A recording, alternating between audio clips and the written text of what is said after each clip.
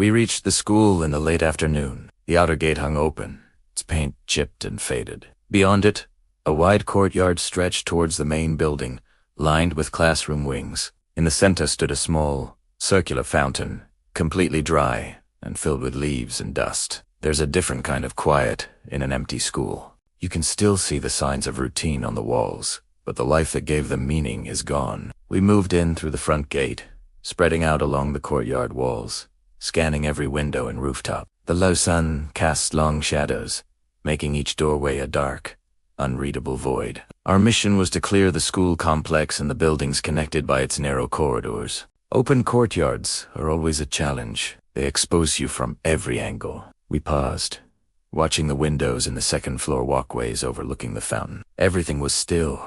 Through some windows, we could see desks, chairs stacked in corners, and the faint outlines of chalkboards in the fading light. We stepped out carefully, moving around the fountain, keeping our eyes on the upper levels. I took a position near a low planter, my focus on the second-floor corridor. The first shot came without warning, shattering a window across the courtyard and striking the fountain rim right beside us. We dropped into cover instantly.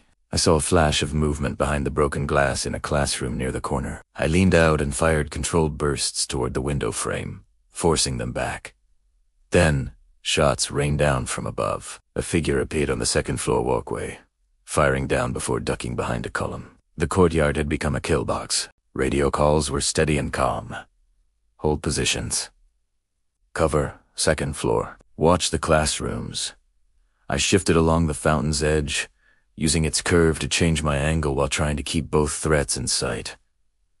The courtyard amplified every sound. Each shot echoed between the buildings, making it impossible to tell how close the danger really was.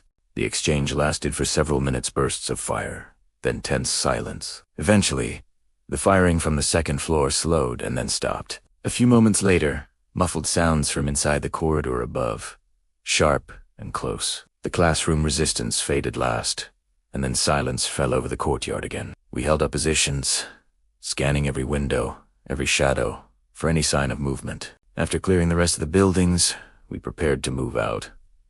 I paused by the fountain. The cracked tiles at the bottom still showed faded patterns from where water once flowed. As we walked back through the front gate, I glanced back one last time. The courtyard looked just as it had when we arrived, empty and silent.